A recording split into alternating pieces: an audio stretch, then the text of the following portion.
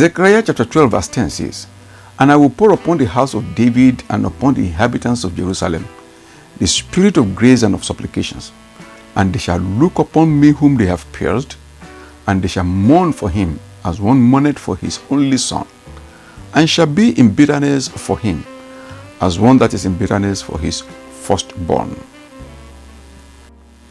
Have you ever thought why problems happen to good people? Prayerful, diligent, and innocent.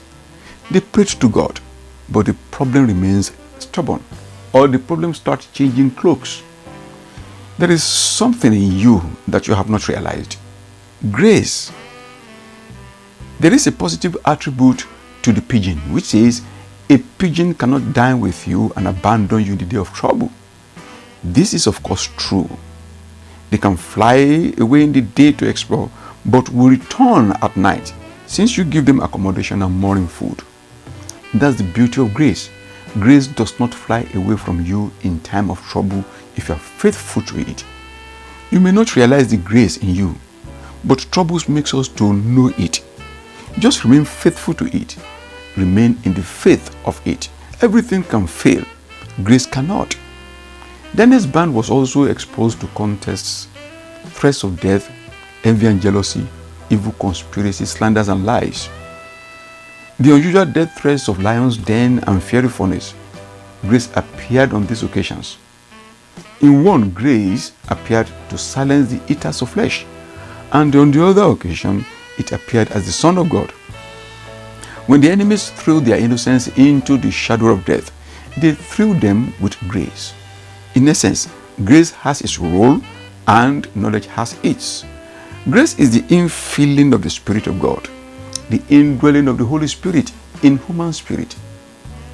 It is this grace that releases power, the power to do. The power is the expression of the grace in you, but it is not direct.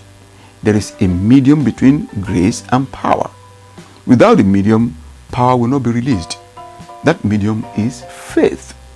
Faith is gotten through the knowledge of God. That's why Apostle Paul prayed that we may receive the revelation knowledge of him. Through prayer of faith, power is released. That is the good fight of faith. The Spirit of God is so wonderful to have.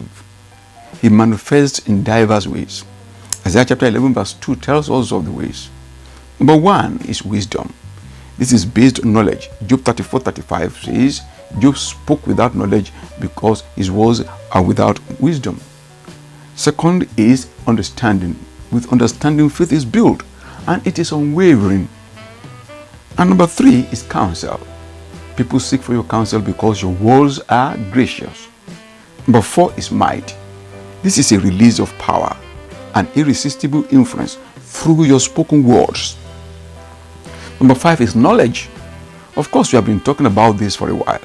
It is nothing other than exposure to information, the right information. And number six is the fear of God. Not a judgmental fear mostly declared to us, but of godliness in honor of his glory and majesty.